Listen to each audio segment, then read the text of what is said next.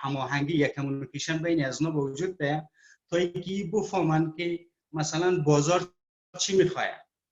اگه کسایی که ترینینگ فرا میگیره او چی مردم مثلا کسایی هستن که اونا دنبال کار هستن یا کسایی هستن که شاغل هستن یا مثلا مالکین شرکت ها هستن، اونا واقعا خواستشان چیزه تا اینکه مطابق خواست از اونا ترینینگ دیزاین شوه و به اونا ارائه شوه و این میتونه خیلی هم مفید باشه. امروز در دنیا کورسای بسیار با اعتبار آنلاین شده، مثلا پی ام پی رو دیگه کس دست نمیشینه، یا مثلا کورسای ای لرنینگ و مثلا کورسای انستراکشنال دیزاین اینا رو کس دیگه دست نمیشینه، اینا رو آنلاین میگیرن و مفیدیت های آنلاین اون زیاد مثلا نیا گفتن دیگه.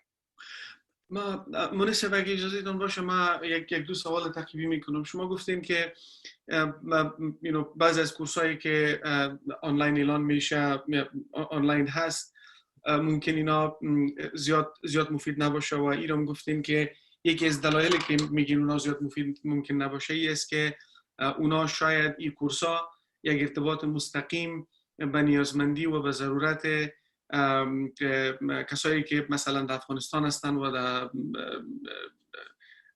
شرایطشون فرق میکنه با کشورهای دیگه شاید مطابق نیازمندی از اونا نباشن. شما همونطور که میفهمید شخصیت والا سوئیس که آیا کورسایی که فعلا مثلا در جایی مثل کورسری یا مثل ادکس هست آیا امکان داره که کورسا را ما شما هم طرح بکنیم دیزاین بکنیم و این کورسا به زبانهای مثلا دری و پشتو هم قابل ارائه است؟ آیا با اینمی کیفیتی که فعلا این کورسا به زبانهای انگلیسی و به دیگر زبانها قابل دسترس هست شما میتونین از موبایلتان این کورسا را فرا بگیرین، میتونین این کورسا را از کامپیوترتان فرا بگیرین، دو ویدیو میبینین، دو کویز و امتحان و از این گپا میباشه؟ آیا این مسائل امکان داره که ما به زبانهای دری و پشتویی را داشته باشیم و مشخصا مطابق شرایط افغانستان باشه؟ دقیقاً هلالی صاحب ما میخواستم امیر خدمت شما عرض بکنم که کورسایی که موجود هست این برای یک تعداد مردم خاص جور شده و اینا مثلا با استانداردهای جور شدن که برای از اون مردم هستن. ما میتونیم از این کورس‌ها استفاده بکنیم، این کورس‌ها را اپدیت بکنیم، این کورس‌ها را مثلا برای مطابق با نیاز مردم افغانستان جور بکنیم، با زبان مردم جور بکنیم که اون مردم این کورس‌ها را فرا میگیرن و این بیشتر میتونه قابل فهم باشه و قابل جذب باشه و بیشتر میتونه مؤثر باشه. آره که ما میتونیم این کورس‌ها را مثلا جور بکنیم. این کورس‌ها چیز دیگه ای نیست جز اینی که ما فقط برگردان بکنیم و مطابق نیاز بسازیم، مطابق نیازی که او آدم بتونه مثلا علم را که از این کورس‌ها یاد میگیره یا مهارتی را که از این کورس‌ها یاد میگیره او مهارت بتونه در محیط کاری خود ازش استفاده بکنه. ما زمانی که خودم در افغانستان بودم ما از این کورس‌ها زیاد گرفتم، خودم واقعا علاقه‌مندی زیاد داشتم تا اینکه بیشتر بیاموزم. ما در کورس‌ها زیاد رفتم، کورس‌ها را گرفتم و کریتیو زمانی که ما AWDP را تطبیق میکردیم کریتیو در اختیار ما بود، چون ما به عنوان مسئول مثلا ترینینگ و لرنینگ مسئولیتی چی را هم داشتم کریتیو را، با وجودی که کورس‌های بسیار با استاندارد بالا بود اما ما مواردی را که از اونجا یاد میگرفتیم در محیط کاری ما قابل تطبیق نبود. برای چی؟ برای ازی که او خواست ما در اونجا در نظر گرفته نشده بود.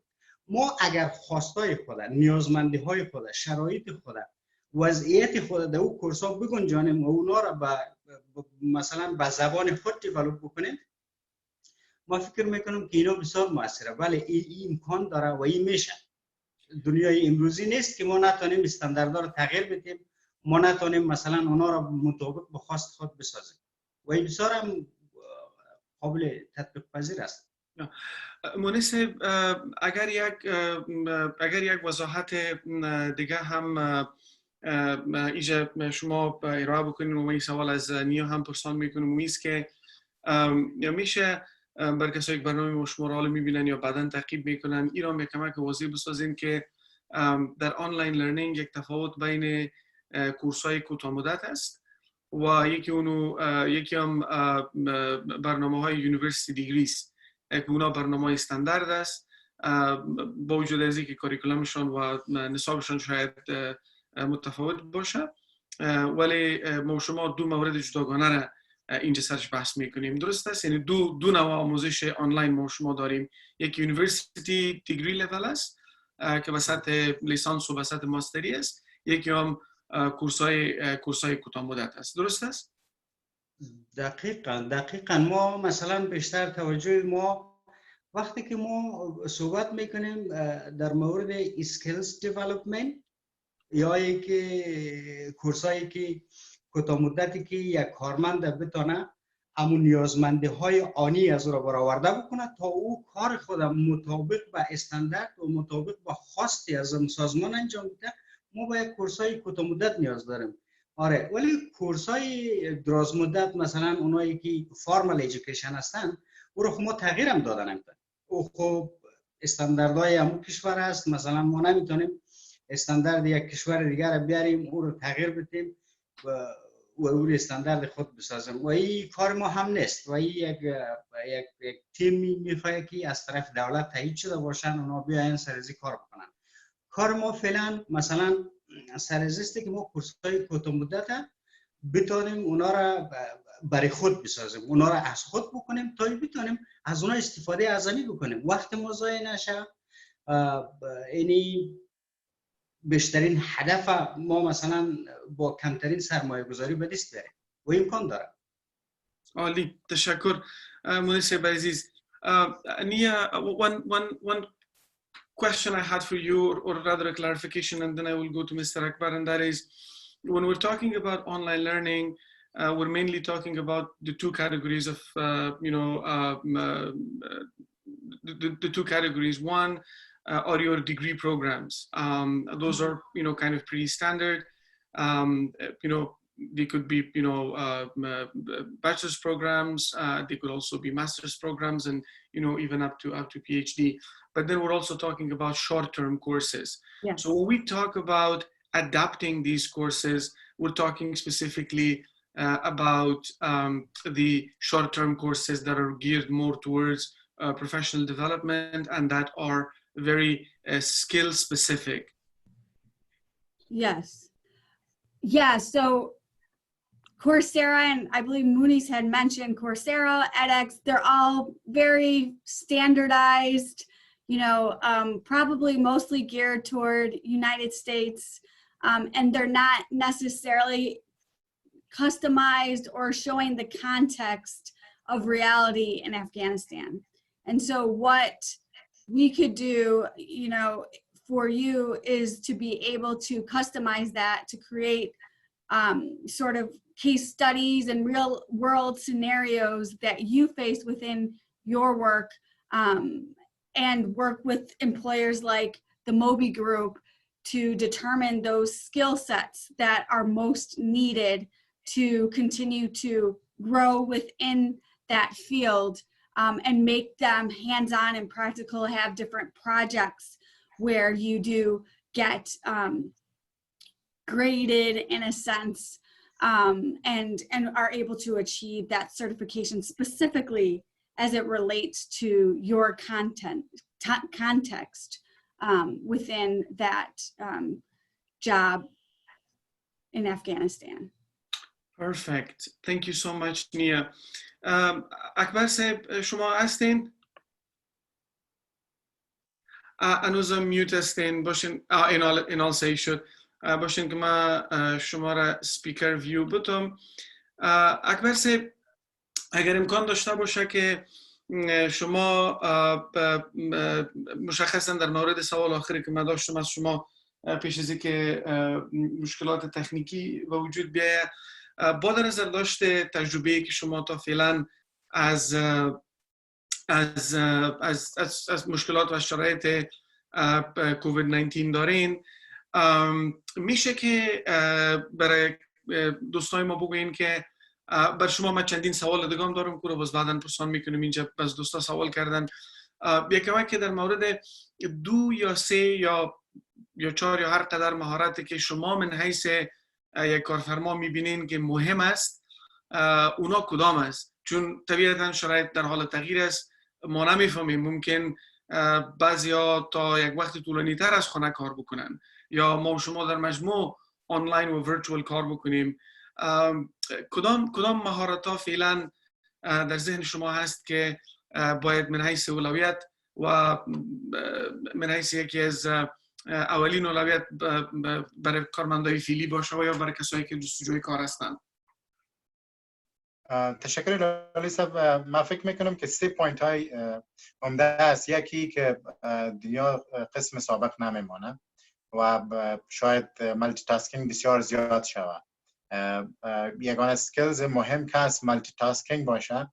هر نفر باید بتونه چندین کار در یک وقت انجام بده، یا یک وظیفه که است، یک افسر است یا استان لول است، باید چندین کارهای دیگر را پیش برده بتونه که هر کار بفهمه، چرا که نیاز به تیم ورک اگر یک تیم یک کار 2-3 نفر انجام میده و دور باشه، خصوصا در افغانستان مشکلاتش باز بیشتر است و یک نفر نمیتونه که زود با آسانی با یک دیگه به تماس شود.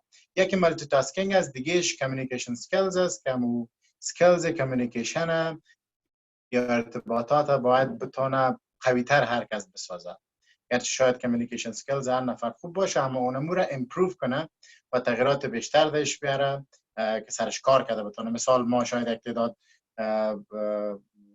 کارگرها را داشته باشیم، در عموم میگم نه از پرسپکتیو کمپانی ما، که شاید یک لسان بلد باشه اما نیاز به لسان دیگه هم شاید برش هست. یک نفر اگر کامپیوتر استفاده شه کم میکنه یا سوشال نتورکینگ سایتس هست یا دیجیتال پلتفرمز هست، بعد از این استفاده از او بیشتر میشه. کمیونیکیشن تولز یا کمیونیکیشن خود یک نفر بسیار قوی بسازه. دیگه سکیلزی است که در مالتی تاسکینگ باز آمد دیلیگیشن هم آمد که بیشتر شما اشاره کردی که یک نفر باس خود باشه، بیشتر کارها را بتونه انجام بده، نیاز به سوپروایزر نباشه، باشه اندیپندنت بتونه کار کنه. یکی از اهداف دیگه باید به هر کسی باشه که اندیپندنتلی آزادانه کار خود پیش برده بتونه، همو اپرووال پروسس و دیگه چیزا بیشتر نباشه. من شخصا خودم زیادتر اتوریتی خود دیلیگیت کردم و من فکر میکنم که در آینده نزدیک نیاز است و همگی که یک اعتبار بعد از این کووید-19 یک چیز شاید چی کده باشه که 2 پوینت های در پلی انصاف بدون اعتبار یک نفر دیگر را نداره و مو کر که پشت یک کارمند دیگه، پشت یک دیگه هم خود، پشت دوستای خود گشتن و اهمیت دیگه آمد دیلیگیشن از کسی که دیلیگیشن برش داده میشه، بعد کار بیشتر را بتونه گرفته. و پوینت دیگه آخر ما است دیجیتالایزیشن است که دنیا میره به طریق در طرف دیجیتالایزیشن و هر کس اسکیلز دیجیتال باید داشته باشه تا که کارهای خود بتونه حل کنه.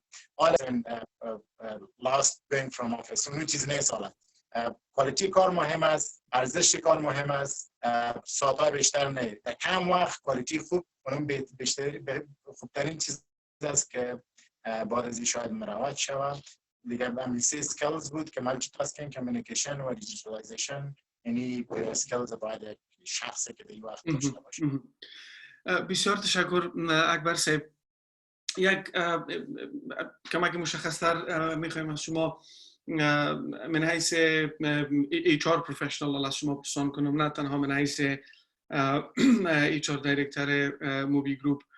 شما اهمیت آنلاین لرنینگ چگونه می‌بینید؟ هم در مجموع اگر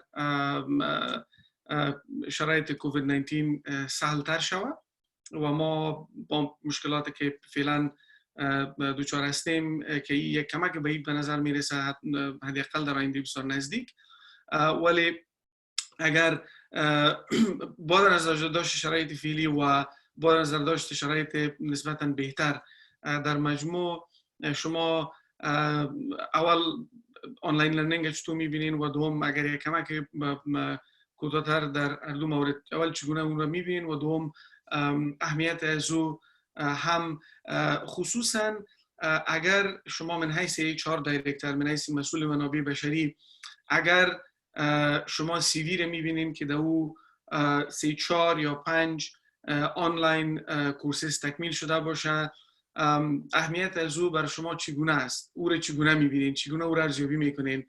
و این برای تمام دوستای ما که با ما هستن امروز بسیار خوب مهم است که ما اهمیت ازیر است از نگاه از نظر کارفرما و ایمپلایری رو بفهمیم که اگر این ولیو اد میکنه پس خوب است که ما هم وقت و هم کمک منابع را در این قسمت مشخص بسازیم. دیگه اگر این رو بر ما بگوین. هلالی صاحب، من فکر میکنم یکی از بهترین گزینه ها و همگی آنلاین لرنینگ است و بدون آنلاین لرنینگ دیگر راه نداره، چرا که چندین ماه به این سو زیادتر دیگر جا بند است و آنلاین لرنینگ یک خوبی که از سروار صاحب یاد کرد که کستمایز شود، چون که در افغانستان ما ارگان‌های آنلاین لرنینگ بسیار کم داریم، اما من فکر میکنم که نتیجه از این خوبتر خواهد بود و فایده بیشتر به همگی دارن.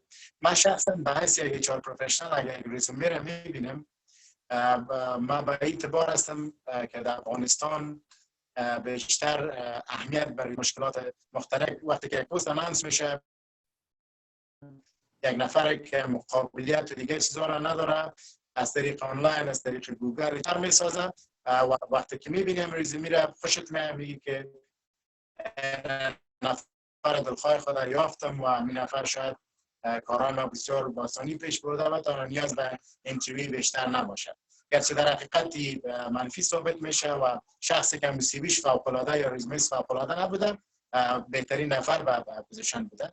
من فکر میکنم که اگر آنلاین لرنینگ باشه، کلاس لرنینگ باشه، اهمیت سکیلز است که یک نفر سکیلز را که شاید از فیزیکلی که در صنف است اونمو سکیلز اونمو یا از لکچر گرفتن نتونه چیزی که از آنلاین گرفتن میتونه، چرا که آنلاین بیشتر توجه در درس میباشه و بیشتر نفر توجه سرازی میکنه که تاپیک یک وقت اگر در صنف باشی و صنف واضح گپ است که اگر فکرت بود در صنفون اگر نیم لکچر است تیوتریالز داره میشه پس ریکارد این چیزا را داری وقتی که یک چیز گوش میکنی و آیدیا و یک چیز خودت میگی. من فکر میکنم یک چیز مفیدتر است، یک چیز خوبتر است. شخصا و تیمم و همکارانم همین چیز توصیه کردم که ما خوشبختانه اقتدار همکارانم بسیار اسکیلز نو و مهارت‌های نو از طریق کورس‌های آنلاین گرفته و خوبیش است که حال ارزان شدن این چیزها. بله. ویدیو تیوتریال آنلاین ترینینگ و دیگه چیزا خوبتر شده و هر کس میتونه افورش کنه به جای از اینکه یا برای یک جای. بله صدا مرا داره؟ بله دارم. من ویدیویتون چی کردم اکبر صاحب که بله صدایتون هم دارم. ویدیو را به خاطر از یافت کردم که کیفیت صدایتون بهتر شود. بسیار خوب. بفرمایید. کیفیت صدایتون بهتر است نسبت به قبلا. می‌دونم که یکی از چیزایی است که اگر شما فکر کنید در سابق در سالهای گذشته پرفورمنس اپرایزل بود که هر اداره و پرفورمنس اپرایزل خود کاندکت میکرد و ترینینگ یا دیولپمنت نیز کارمنده خود میفهمید یا پیدا میکرد و باز بعدا برشان یک ترینینگ جور میکرد، اما متاسفانه حال همون شرایط نیست، همون حالات نیست، همون اوضاع و وقتا نمانده دیگه. بهترین و خوبترین آپشنش اینمیست که هر بیشتر نیا یک چیز شیر کرد که بازارها ترینینگ و توتوریالز بودش، یک نفر میتونه یک چیز کستمایز دلخواه خود و خود سلکت کنه و امور عملی سازه در کارهای روزمرهش. یک چیز خوبتر و مثبت‌تر است من فکر میکنم در این وقتا. عالی. بسیار تشکر اکبر صاحب. مونس صاحب شما بفرمایید.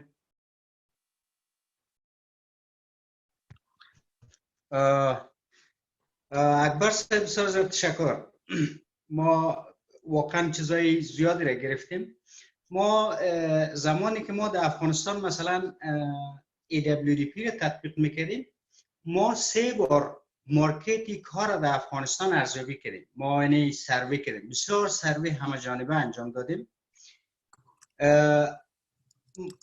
ما در اونجا به این نتیجه رسیدیم که تا به هنوز یک رابطه بین کسایی که ترینینگ آماده میکنه و کسایی که ترینینگ میگیرن، این رابطه بسیار ضعیفه و اصلا رابطه نبود و اگر بود هم بسیار ضعیف بود. ما در دوران EWDP بسیار تلاش کردیم که این رابطه بین از نا وجود بیاد و تا اندازه ای را شد، ولی او اندازه ای را که باید میشد هم نشد، تا اینکه مثلا تمام خواستهای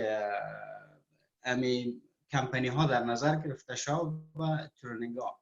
ما از لحاظ تکنیکی میخوایم یک کمی صحبت داشته باشم روی آنلاین لرنینگ.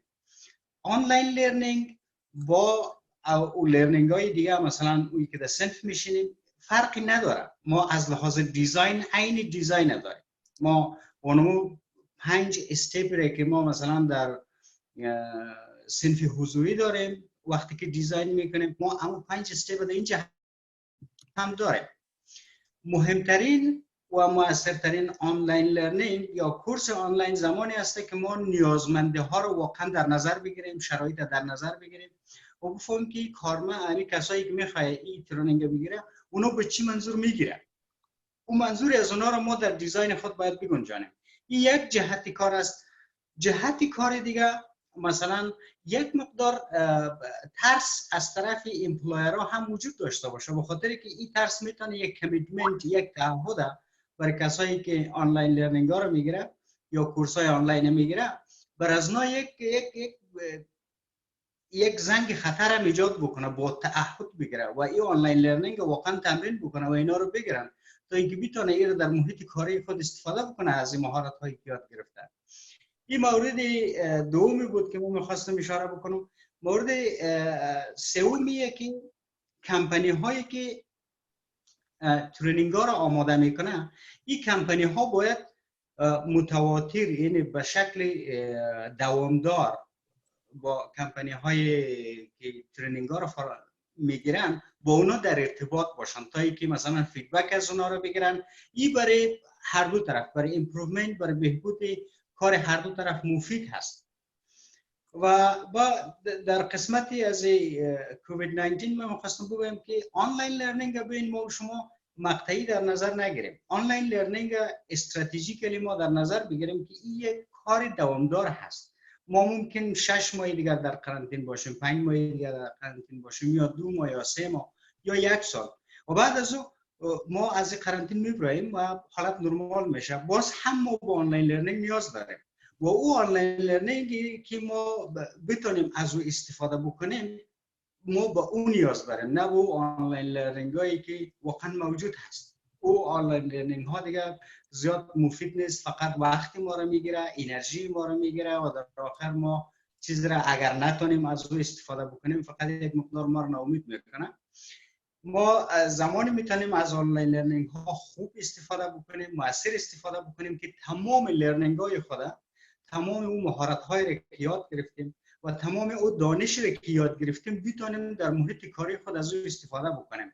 و او زمان امکان پذیره که ما واقعا کورس ها را در شرایط افغانستان بر مردم افغانستان و با در نظر گرفتن مشکلات بازار کاری افغانستان ایجاد بکنیم. در این صورت ما میشه که مثلا آنلاین لرنینگ های مفید، مؤثر، کارا و هدفگرا داشته باشیم.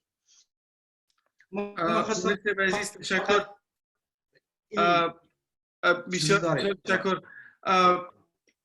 سبحان الله صاحب، ما میبینم دستان بالاست.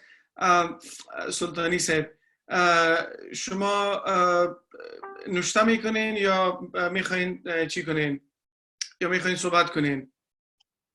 میخوایم صحبت کنم. سلام، وقت بخیر. بسیار کوتاه که من سوالای دیگه هم دارم و تقریبا ما شما 15 دقیقه دیگه داریم. بفرمایید. تشکر. سلام حضور همه دوستایی که در اینجا تشریف دارن. کوتاه مختصر چند موضوع کوتاه را یادداشت میکنم. موضوع اول، افغانستان در حال مدرن شدن است. پس عصر اطلاعات است. نیازمند هستیم که ما هم از آنلاین استفاده کنیم و بیشتر بتونیم کارفرماها از طریق آنلاین میتونیم خوبتر جذب کنیم و پیدا کنیم اون توانایی‌هایی که در وجود هست. در ضمن ما باید تمام اهدافی را که هست اینا لیست داشته که شما چقدر اهدافی هست اینا رو ما یک لیست داشته باشیم به نشر برسانیم و اونا را کوتاه مدت، میان مدت و دراز مدت طوری که مونسی صاحب یادآوری کردن که یک استراتژیک دائمی باشه و بتونیم که در اون سایه از اون مایره کوشش کنیم و پیش بریم. و موضوع اخیر ما که میخوایم صحبت کنیم، افغانستان یک کشوری بوده همیشه از تایم 8 الی 4 صحبت شده ایجا. ان شاء الله صدای مرا داری؟ بله. همیشه در افغانستان تایم کاری از 8 الی 4 بوده. ما بهتر است بعد از این همین کار رونق بدیم، یک 3 شفته در افغانستان کار به وجود بیاریم، 3 شفته درس آنلاین به وجود بیاریم تا بتونیم اینمی انگیزه هایی که در جوان‌ها وجود داره این زنده کنیم. ما اینجا در بطن نمی جامعه بزرگ شدیم و میفهمم چی میگذره. جوانایی هستن اینجا توانایی دارن ولی فصل خوشون به هیچ چیز نمیدن. مثلا خو خود ارزش میدن به همه چیز، ولی ما میتونیم برش تایم جور کنیم، این 3 شفت کاری را به وجود بیاریم و از این طریق ما میتونیم آنلاین خود بیشتر توسعه بدیم و بتونیم دستاوردهای خوبی داشته باشیم و صداقتی که در سیستم آنلاین وجود داره باید از امیر پیدا کنیم که این استاندارد شود و قابل ستایش باشه، قابل تمجید باشه به دیگران و یک منبع خوبی باشیم. فقط همین 3 موضوع رو یادآوری کردم. تشکر از همه شما. تشکر سلطانی صاحب، زنده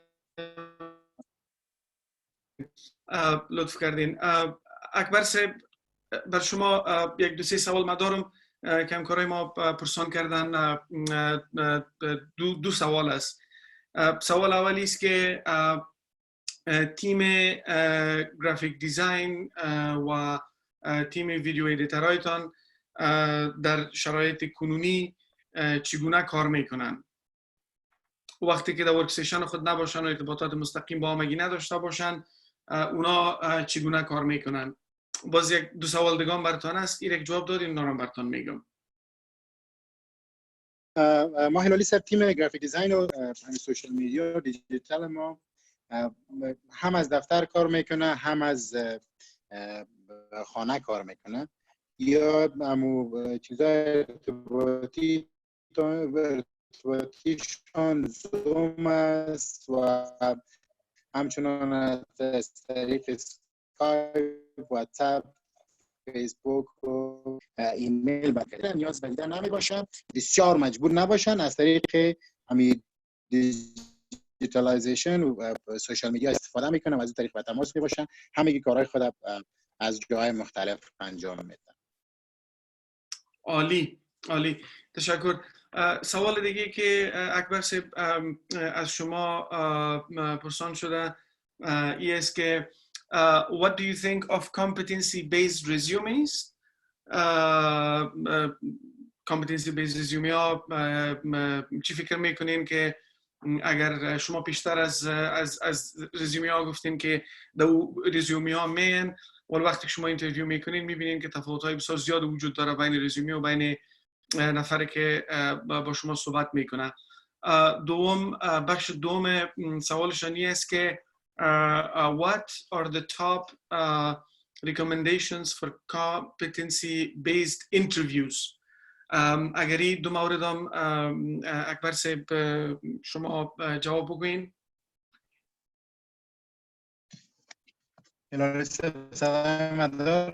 بله صدایتان میشنم. خب بیشتر من ذکر کردم، گفتم رزومه چند وقت پیش اگر یادتان باشه ما شما یک پنل هم داشتیم در کردم. متاسفانه پشت کار یک تعداد کمش باشه، زیاد نباشه، اما وقتی که ما یک رزومه را میبینم زیادتر سکیلز و مهارت های را در ذکر میکنه، چندین ماسترز و بچلرز و دیگری های. وقتی که ما هم کار در مورد کار ازشان پرسان میکنیم متاسفانه نمیتونه بر ما جواب بده. ریسنت اگزامپلش براتون میدم. چند وقت پیش ما یک پرودیوسر اینترویو میکردیم. پرودیوسر در حدود 12 سال تجربه در بخش میدیا داشت. این چیزها رو میفهمم. و رندام چی است؟ متاسفانه رندام بیخی اونا نمیفهمید و در موردش تجربه نداشت. که این چیزا هست. ما چیزی که ما در رزومه میخوایم، رزومه اگر 10 صفحه باشه، اگر 1 صفحه باشه، برای ما اهمیتش مهم است. یک نفر چی کارا انجام داده، در کجا انجام داده، چقدر موافق بوده در کارایش. بیشتر در چیزایی که من ذکر کنم، ما تجربه را تا کمتر ساختیم به زیادتر پوزیشن ها. اگرچه اگر استاندارد جهانی شه ببینه و اینترنشنال استاندارد ببینه، تجربه برای پوزیشن ها بیشتر می باشه. اما ما دنبال نفر اشخاصی میگردیم که و بتونه که یک کار موفقانه پیش ببره. ضرور نیست که چقدر حتی 2 سال 3 سال تجربه من به پوزیشن منیجریال داشته باشه، اونا با سر خود حاکمیت داشته باشه و یک کار بتونه با موفقیت انجام بده. ما با این باور هستیم هر کسی که هر چقدر باشه 2 سال 3 سال تجربه باشه، ما 10 15 سال تجربه هم شاید اهمیت بیشتر ندیم، چون که نفر اگر نتونه یک کار حاکمیت خوبتر داشته باشه از اون که یک نفر که فرش گریجویت باشه و 1 سال یا 2 سال تجربه داشته باشه، اون رو اولویت میدیم. دیگه مهم بر ما در رزومه و من شخصا چیزایی است که یک نفر حقیقت نوشته کنه از چیزایی که مهارت هایی که سرش حاکم نباشه، در موردش معلومات نداشته باشه، اون از اون چیزا جلوگیری کنه و یک چیزی که راست حقیقت باشه، اون چیز در رزومش اگر ذکر کنه شاید توجه بیشتر بر از شخص داده شده و نتیجه شی باشه که استخدام شد. تشکر. و فقط بسیار کوتاه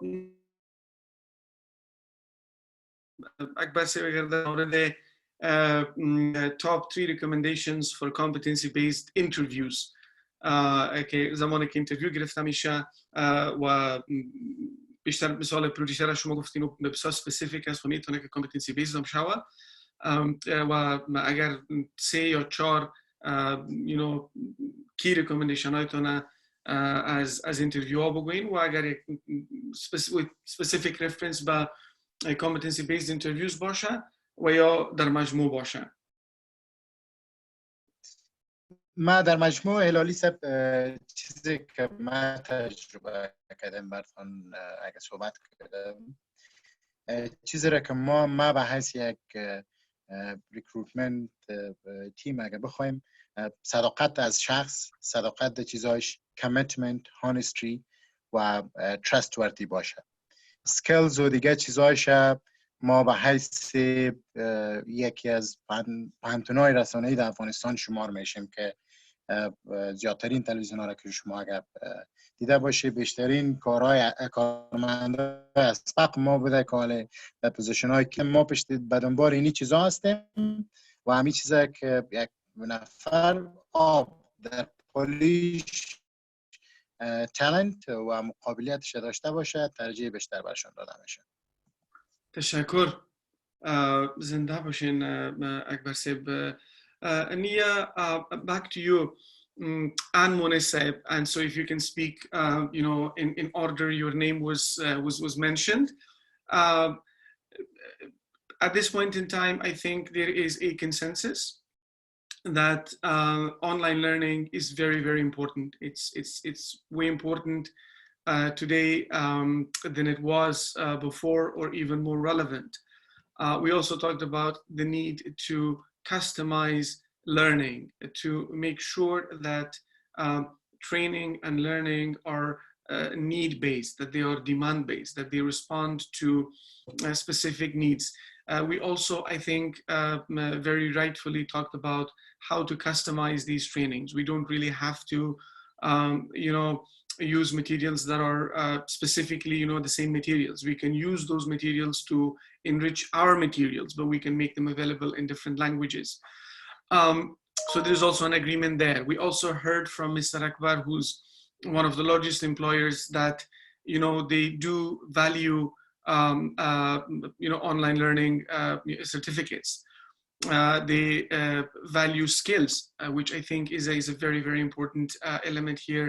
And he also listed a couple of skills, including the ones that he mentioned, in response to our last question. So we're now moving towards, you know, how to learn online. It's new. I've learned online, and it is difficult sometimes. Although it's a one-to-one, more learning is now interactive, it's visual, it's kind of bite-sized too.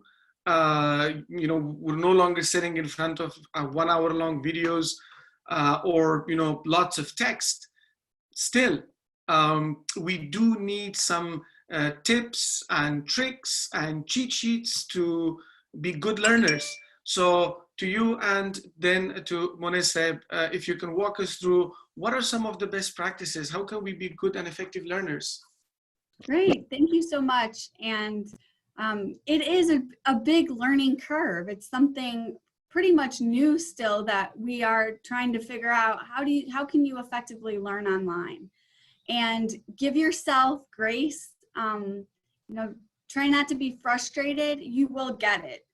And the biggest thing is, and as Mr. Akbar Zalmay mentioned, these online learning certificates or courses are really important, and it shows, you know, your initiative to learn through communications, digital skills. And when you take these courses online or customized courses, the biggest thing is that you have to fully commit to it. You aren't going to have a teacher holding your hand and saying, this assignment is due today, or this assignment is due next week, and it's dependent on your grade. So you have to fully commit to your own learning, to be motivated internally that this is going to help you professionally grow and to get those promotions and to get those type of jobs that you're looking to get in the future. You're also going to have to learn a new tool in terms of tech-wise. So Zoom may be something, I mean, it's something that we're all using and learning right now. So there may be other platforms out there that you have to become familiar with to get your assignments, to post different things. And so that is also a skill that's really needed. Another one is that it's important, just like you do in traditional learning, is to complete those assignments on time.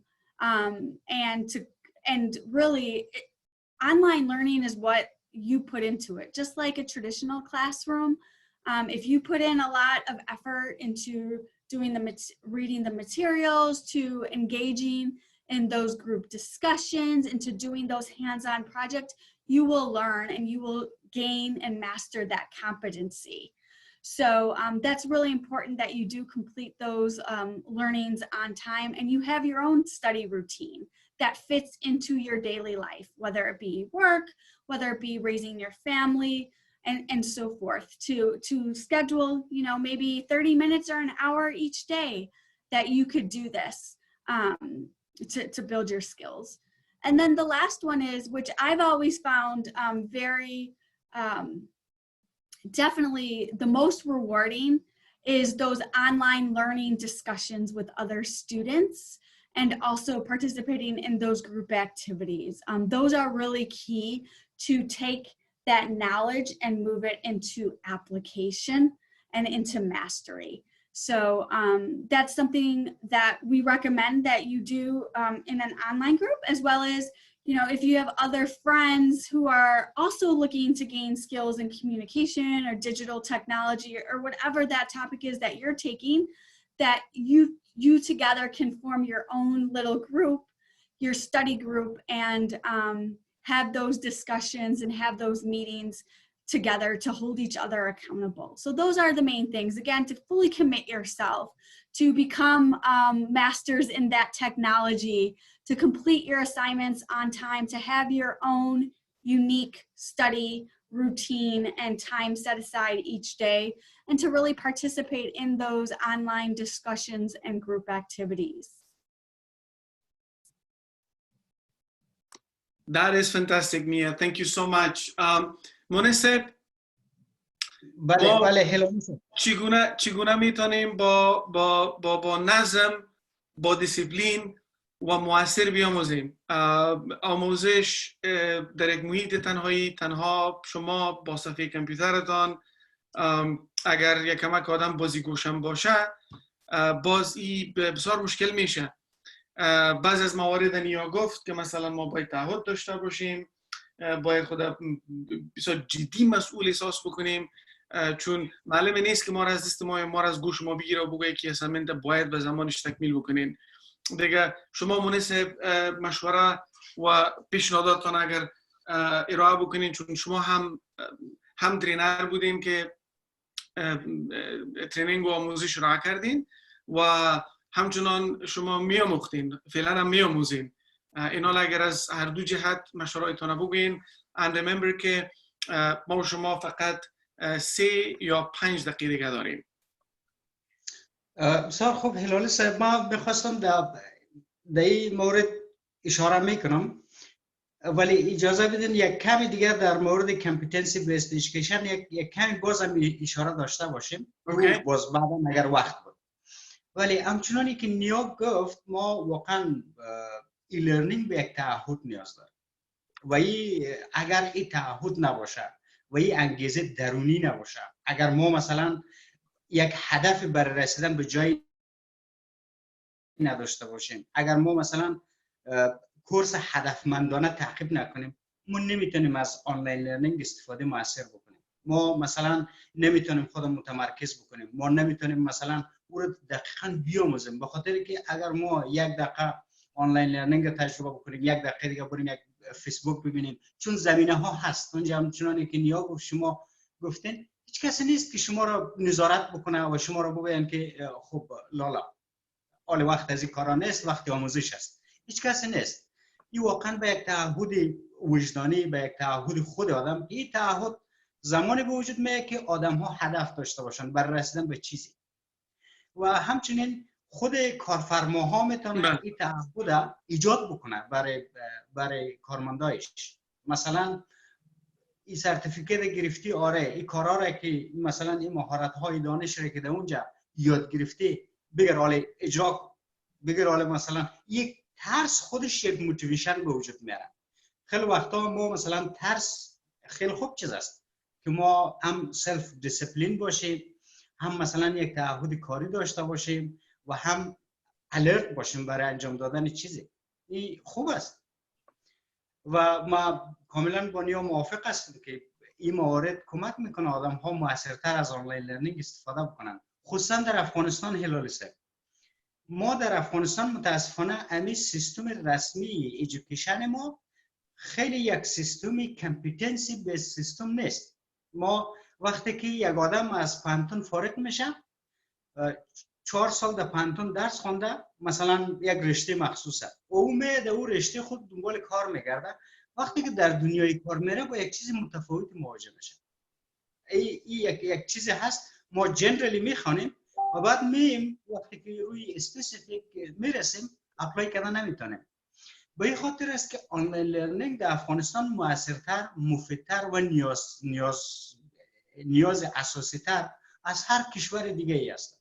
این را هم مثلا کارمندایی که کار میکنه هم نیاز داره تا اینکه اپدیت باشه، تا اینکه همیشه بفهمن در دنیا چی هست، از آخرین استانداردها استفاده بکنن، و هم کسایی که در دنبال کار هستن. ما مثلا شما ببینید تمام آدم ها فقط یک دونه سی وی دارن، یک دونه کاور لیتر دارن، او در هر جای روان میکنن. برای چی؟ برای اینکه او آموزش ندیده، او نمیفهمه سی وی خودم مطابق هر جاب چطوری که جور کنه. یک کسی او را برش ساخته و او وقتی که در اینترویو میره حتی از او دفاع کردن نمیتونه. این به خاطر چیه؟ به خاطر که از فرصت های موجودی که مثلا آنلاین لرنینگ ها هست از اینو استفاده نکردن، یا اگر استفاده کردن نتونستن استفاده بکنن، چون به زبانش نبوده، به شرایطش نبوده، به منابعی که او دسترسی داشته نبوده. اگر اینی سهولت ها بر مردم فراهم شود، دیگه مثلا کارفرماها سی وی را نمیگیرن که خیلی قوی باشه و آدمی که اینترویو میدن از اون سی وی بسیار ضعیف باشه. این دیگه نیست. مثلا سی وی های واقعی را میگیرن، کاور لیتر های واقعی را میگیرن و قبل از اینکه آدم ها فارغ شوند برن در دنیای کار داخل شوند، اونها اپدیتن، میفهمن که در دنیای واقعی کار واقعا چیه، ما باید چی کار انجام بدیم. اینا امکان نداره. ما این گپ را که مثلا بین فارمال ایژوکیشن و ورک پلیس وجود داره، ما میتونیم توسط آنلاین لرنینگ رو پر بکنیم. یعنی یگانه راهش آنلاین لرنینگ است، دیگه هیچ گزینه‌ای دیگه وجود نداره. یا مثلا یک کارمند جدید رو یک کمپانی استخدام میکنه، خب این آدم تا 1 سال حتی نمیتونه کار بکنه. به خاطر چی؟ به خاطر اینکه او همه چیز باید از نو یاد بگیره. همه چیز او را در کورس روان میکنه، او را مثلا آن جاب ترینینگ میده، او را کوچینگ میکنه تا اینکه او را یک مقدار آماده بکنه با کار. اینو تمام از اینا به خاطر از است که ما مثلا از آنلاین لرنینگ، از اهمیت آنلاین لرنینگ هنوز خوب صحیح استفاده نمیکنیم. ما باید بیشتر از هر دنیای دیگه کده، از هر مردم دیگه کده، ما باید بیشتر متوجه ازی باشیم. به خاطر چی؟ به خاطر ازی که ایژوکیشن، فارمال ایژوکیشن ما واقعا کامپیتنسی بیس نیست، با اساس نیاز بازار جور نشده. او یک فارمال ایژوکیشن است که سالهای سال و کریکولم از جور شده و هنوز اون کریکولم دنبال شده رایسته.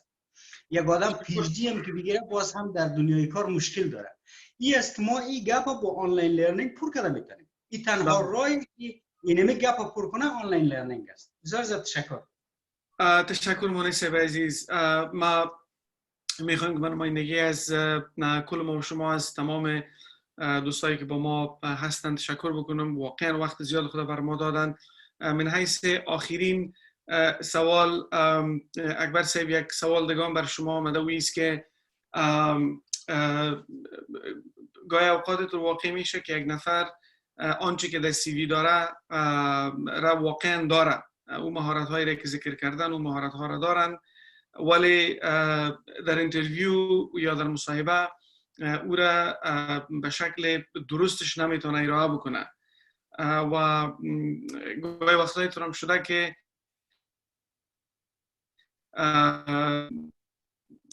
مهارت لازم اینترویو را نمی داشته باشن، اینترویو سکیلز نمی داشته باشن، ولی در دیمونستریشن کار خود بسیار خوب هستند، کار خود خوب میتونن دیمونستریت بکنن. شما اگر کوتاه بگویید تو کدام تجربه شما تا حال داشتین که کسی را اینترویو گرفته باشین، زیاد امپرس نشده باشین، گفته باشین که خب ای سی وی با اون شکلی که این کاندیدا خود ارائه میکنه زیاد مطابقت نداره، ولی با وجود از اون برشان یک چانس داده باشین و بعداً بازدیده باشین که اونا مهارت‌های مربوط به اون وظیفه را، قابلیت‌های مربوط به اون وظیفه را به شکل بسیار خوبش تبارز دادن و بالاخره مبدل به یک سرمایه بسیار خوب برای کمپانی شدن. اینطور یک تجربه شما داشتین؟ اگر بله میشه که بسیار کوتاه او را ذکر بکنین. هلالی صاحب ببخشید مسئله‌تون صحیح نشنیدم. خب در آخر شنیدم که چی گفتید. صداتون بسیار پخش میاد. ما همیشه به اینترویو ما تنها این نیست که ما یک نفر چی کنیم فیس تو فیس بشونیم و ازشان سوالات پرسان کنیم و اونا سوالای ما را پس جواب بده. این شیوه کاملا این شیوه را ما نداریم. ما چندین رقم اینترویو را داریم. یکی از اینترویو این است که یک نفر طوری که شما فرمودید یک نفر سکیلز اینترویو را نداره، نمیتونه که اینترویو سوالا را خوبتر جواب بده و قوی‌تر جواب بده. ما مثال اگر یک پوزیشن را چی کنیم، دیزاینر را شما پیشتر مثال داده، ما یک دیزاینر را میبریم پشت یک کامپیوتر میشونیمش، یک اتاق برش میتیم، 2 ساعت 1 ساعت 3 ساعت وقت برش میتیم، یک پروژکت برش میتیم، برشون میگیم این پروژکت برای ما بسازه. نفر ازشون میره، کامپیوتر برشون میمونه و پس نتیجه را ازشون میگیره. دیگه ما شیوه اینترویو ما تنها این نیست که ما فیس تو فیس از یک نفر پرسان کنیم. نفر که در حالت مثال نظر به اون پوزیشن باشه، آرام باشه، به چیز توجه میتیم که از اون کار شود. دیگه یک شیوه اینترویو نیست که فیس تو فیس ما ازشان پرسان کنیم و اگر اونا بتونه که جواب بتونه یا نتونه جواب دادن بتونه. دیگه چندین رقم اینترویو ما داریم. یکی ارقامش فیس تو فیس است، دیگهش از که نفر پشت کامپیوتر میشانیم، نفرهای دیگه است که مثلا اگر ترجمان ما اینترویو میگیریم یک تاپیک برشان میتیم میره پشت کامپیوتر میشینه ترجمه میکنه و نتیجهش هم بگیریم. تنها ما تصمیم فیس تو فیس یا سوالایی که روبرو پرسان میکنیم به اون اساس نمیگیریم. تشکر اکبر صاحب. با این آنلاین پنل دیسکشن ما شما به آخرای خود میرسه. ما از تمام دوستای ما که در زوم با ما بودن و ما را از طریق صفحه جاب لینکس میبینن صمیمانه تشکر میکنم. میفهمم که ماه مبارک رمضان است، ختم روز است، شما خسته هم هستین، ولی ما امیدوار هستم که پروگرام امروزی ما بر شما معلومات را ارائه کرده باشه که شما بتانید از او استفاده درست بکنین و از او برتان مفید واقع شوه. اگر برای ما نظریات مشخص داشته باشین و یا پیشنهادات داشته باشین، شما میتونین که هم در صفحه فیسبوک رو برای ما نشته کنین و یا هم میشه که ایمیل هایی که ما در صفحه فیسبوک جاب لینکس داریم او رو به ما از طریق ایمیل روان کنین. یک تشکر باز مشخصا و خاص از اکبر صاحب که با مسئولیت های زیاده که شما دارین و ما امروز آمدین وقت خود بر ما دادین. تشکر. مونس صاحب از شما هم بسیار زیاد تشکر. Nia, thank you so much. Thank you for giving us your time. Thank you so much for participating, and we look forward to facilitating more sessions as we explore the world of online learning in Afghanistan and how can we best help our people to learn and to use. So thank you so much everyone. بسیار زیاد تشکر. افطار خوش، وقت خوش براتون میخوایم. مواظب خودتون باشین. خداحافظ. تشکر. تشکر. خداحافظ.